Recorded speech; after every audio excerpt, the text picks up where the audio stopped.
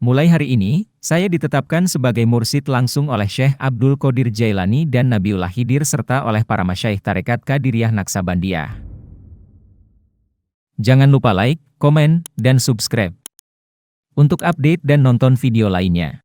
Dikisahkan sejak kecil Kiai Utsman sudah memiliki banyak keistimewaan, di antaranya beliau selalu tidak ada di rumah setelah maghrib dan baru pulang setelah jam 11 malam dengan badan yang penuh lumpur. Ternyata setelah diselidiki, beliau berada di sungai didekap oleh seekor buaya putih. Bersama kakek beliau, Kiai Abdullah. Selain kakek beliau tidak ada yang berani mendampingi beliau tidur, karena dari mata Kiai Utsman memancarkan sinar terang seakan-akan mau menembus langit. Ketika berumur 6-7 tahun, pada suatu malam nampak banyak bintang-bintang turun dari langit seraya memancarkan sinarnya ke dekapan beliau. Sejak Kiai Utsman berumur 4 tahun, setiap jam 3 malam beliau keluar rumah menuju Masjid Jami, Sunan Ampel Surabaya diantar kakak beliau Nyai Khadijah untuk membaca tarhim. Setiap beliau sampai di pintu gerbang masjid, beliau selalu disambut oleh banyak anak-anak kecil memakai kopiah putih. Dan setelah beliau sampai di masjid, anak-anak kecil tersebut hilang entah kemana dan baru muncul kembali sewaktu beliau pulang dari masjid sekitar jam 7 pagi untuk mengantarkan beliau ke pintu gerbang dan setelah itu kembali menghilang. Ketika berumur 13 tahun, Kiai Utsman mulai mengalami kasyaf dengan mampu melihat Ka'bah di Makkah secara jelas dari tempatnya berdiri.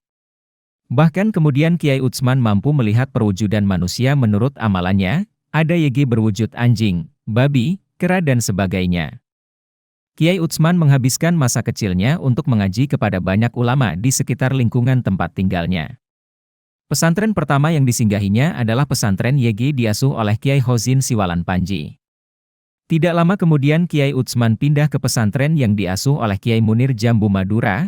Selanjutnya beliau mondok di pesantren Tebu Ireng asuhan Hadrarusyah Kiai Haji Hashim Asy'ari dan akhirnya Kiai Utsman memantapkan hatinya untuk memperdalam ilmunya kepada Kiai Haji Romli Tamim Rejoso Peterongan.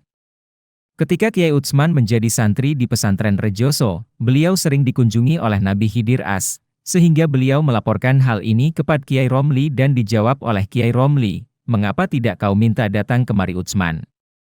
Kiai Utsman pernah bermimpi berjumpa Kiai Haji Hashim Asy'ari, dan Kiai Hashim berpamitan kepada beliau dengan mengatakan, "Saya duluan ya Utsman."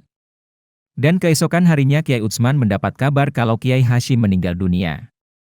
Pada suatu hari, Kiai Utsman dipanggil menghadap Kiai Romli pada jam 2 malam untuk dibaiat menjadi mursyid tarekat Qadiriyah Naksabandiyah. Pada saat itu Kiai Utsman berkata, "Tidak kuat Kiai." Tetapi Kiai Romli tetap melaksanakan niatnya itu atas perintah Allah. Kemudian beliau mengusapkan tangannya di atas kepala Kiai Utsman. Seketika itu pula Kiai Utsman jatuh pingsan dan langsung jadzab. Selama 1 minggu Kiai Utsman mengalami jadzab, tidak makan, tidak minum, tidak tidur, tidak buang air besar dan air kecil serta tidak sholat. Wajah Kiai Utsman menjadi indah sekali bagaikan bulan purnama, tidak seorang pun berani menatap wajah indah Kiai Utsman yang penuh harisma itu. Setelah 1 minggu mengalami jadzab, Kiai Utsman berkata kepada Kiai Hashim Bawean, "Nanti malam akan banyak sekali tamu-tamu yang datang, tidak perlu suguhan makanan atau minuman." Maka pada jam 8 malam, Kiai Utsman sudah siap menerima tamu di kamarnya. Tidak lama kemudian sambil menghadap pintu beliau mengucapkan, "Waalaikumsalam, waalaikumsalam."